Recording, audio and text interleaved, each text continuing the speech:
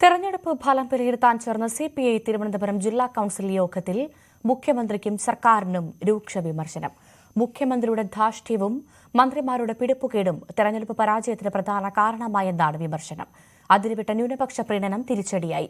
നവകേരള സദസ്സിലെ ധൂർത്തും ക്ഷേമ പെൻഷൻ മുടങ്ങിയതും സപ്ലൈകോയുടെ ദുരവസ്ഥയും ജനങ്ങളെ സർക്കാരിന് എതിരാക്കി. ഹൈന്ദവ വിഭാഗത്തിലെ പിന്നോക്ക വിഭാഗങ്ങൾ ഇടതുപക്ഷത്തെ കൈയൊഴിഞ്ഞെന്നും ചർച്ചയിൽ അഭിപ്രായമുയർന്നു.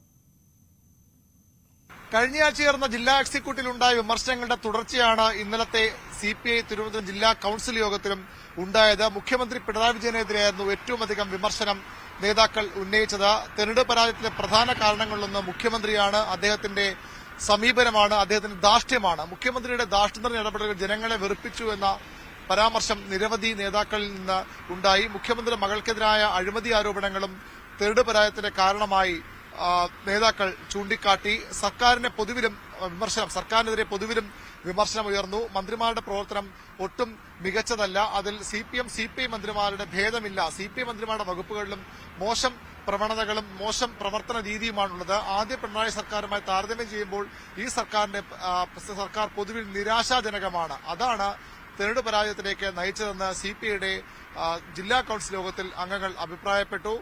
തെരഞ്ഞെടുപ്പ് പരാജയത്തിന്റെ പ്രധാന കാരണങ്ങൾ ഒന്നായി ചൂണ്ടിക്കാട്ടുന്നതും ഈ ഭരണവിരുദ്ധ വികാരം തന്നെയെന്ന് നേതാക്കൾ പറയുന്നു.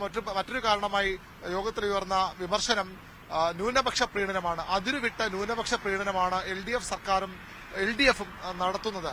പ്രത്യേകിച്ചും പൌരത്വ നിയമ ഭേദഗതി വിഷയത്തിൽ നടത്തിയ സമരങ്ങൾ, റാലികളൊക്കെ രാഷ്ട്രീയ ക്യാമ്പയിന് അപ്പുറത്തേക്ക് മതസംഘടനകളുടെ യോഗങ്ങളായി മാറി. മുഖ്യമന്ത്രി പിണറായി വിജയൻ സംസാരിക്കാൻ എഴുന്നേൽക്കുക കൂടുതലായും മതനേതാക്കളും മതപണ്ഡിതന്മാരുമാണ്. അത് ശരിയായ കീഴ്വഴക്കമല്ല. അതാണ് തിരിച്ചടിയായത്. ഇടതുമുന്നണിയുടെ അടിത്തറയായ ഹൈന്ദവ വോട്ടുകൾ, ഹൈന്ദവ വിഭാഗത്തിൽ തന്നെ ഈഴവ വോട്ടുകളും പിന്നാക്ക വിഭാഗങ്ങളിൽ നിന്നുള്ള വോട്ടുകളും ചോർന്നു. അത് ബിജെപിയിലേക്ക് വലിയ തോതിലും കോൺഗ്രസിലേക്കും വോട്ടുകൾ പോയി.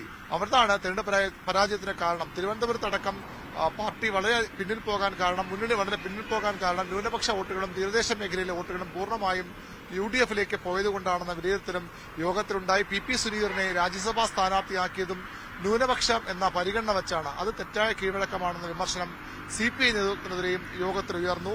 പൊതുവിൽ സിപിഐയുടെ ജില്ലാ എക്സിക്യൂട്ടീവുകളിലും കൌൺസിലുകളിലും മുഖ്യമന്ത്രിയുടെ രാജി അല്ലെങ്കിൽ മുഖ്യമന്ത്രി മാറണമെന്ന ആവശ്യം ശക്തമായി തന്നെ ഉയർന്നു. അതിന്റെ തുടർച്ചയാണ് ഇന്നലെ തിരുവനന്തപുരത്തും കണ്ടത്.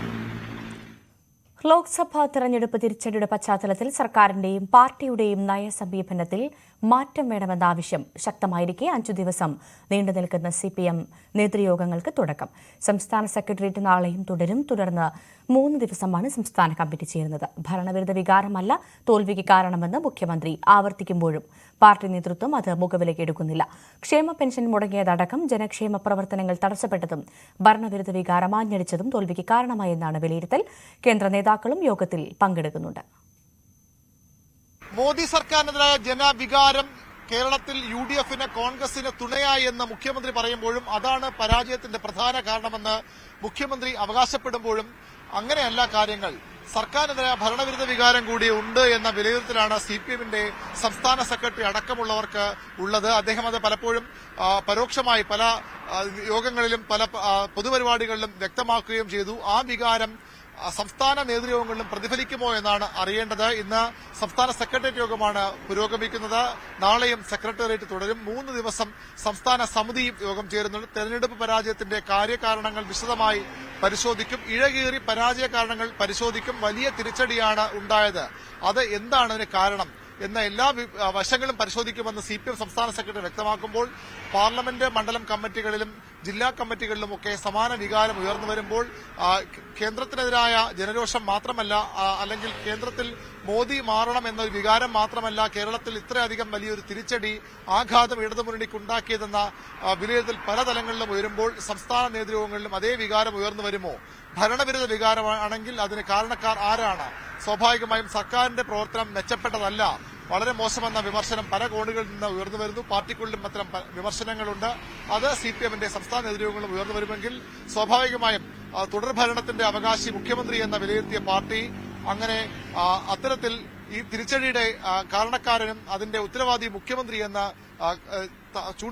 ചൂണ്ടിക്കാണിച്ച് പറയാൻ തയ്യാറാകുമോ എന്നാണ് അറിയേണ്ടത്. സ്വാഭാവികമായി മുഖ്യമന്ത്രി മാറണമെന്ന അഭിപ്രായം ഘടകകക്ഷികളുടെ നേതൃത്വം ഉണ്ടാകുന്നുണ്ടെങ്കിലും CPM അത്തരമൊരു നിലപാടിലേക്ക് പോകില്ല. പിണറായി വിജയനെ മാറ്റിക്കൊണ്ടൊരു തിരുത്തലിന് CPM തയ്യാറാകില്ല. പക്ഷേ മുഖ്യമന്ത്രി ശൈലി മാറ്റണം, സമീപനത്തിൽ തിരുത്തൽ വരുത്തണമെന്ന് ആഗ്രഹിക്കുന്നവർ CPM-നും വളരെ വലിയ ഒരു സംഖ്യയുണ്ട്. അത് നേതൃത്വങ്ങളിൽ ആ വികാരം പ്രതിഫലിക്കുമോ എന്നാണ് അറിയേണ്ടത്. കേന്ദ്ര നേതൃത്വവും വലിയ രീതിയിൽ സംസ്ഥാനത്തെ ഇപ്പോഴത്തെ തിരിച്ചുപോക്കിനെ ആശങ്കയോടുകൂടി കാണുന്നുണ്ട്. കേന്ദ്ര നേതാക്കളുടെ പ്രതികരണമെല്ലാം അതാണ് സൂചിപ്പിക്കുന്നത്. കേരളമില്ലെങ്കിൽ ഒരിടവുമില്ലാത്ത അവസ്ഥയിലേക്ക് CPM മാറിയിട്ടുണ്ട്. അതുകൊണ്ട് തന്നെ കേരളത്തിൽ തിരുത്തൽ അനിവാര്യമായ നിലപാട് കേന്ദ്ര നേതൃത്വം കൂടി സ്വീകരിച്ചാൽ ഒരുപക്ഷെ വലിയ രീതിയിലുള്ള തിരുത്തലിലേക്ക് സർക്കാർ പോകും, CPM പോകും, സർക്കാരിൽ മാറ്റങ്ങളുണ്ടാകും. കെ രാധാകൃഷ്ണന് പകരം ഒരു മന്ത്രി വരുന്നതിനപ്പുറത്തേക്കുള്ള മാറ്റങ്ങൾ സർക്കാർ ഉണ്ടായേക്കാം. സർക്കാരിന്റെ മുൻഗണനകൾ, സർക്കാരിന്റെ സമീപനങ്ങൾ, മുഖ്യമന്ത്രി അടക്കമുള്ള നേതാക്കളുടെ ജനങ്ങളുടെ ഇടപെടലുകളിലെ പ്രശ്നങ്ങളൊക്കെ പരിഹരിക്കാനുള്ള നടപടികളിലേക്ക് CPM കടന്നേക്കാം. ഏതായാലും ചർച്ചകളിൽ ഏതു തരത്തിലുള്ള വികാരം ഉയർന്നുവരും,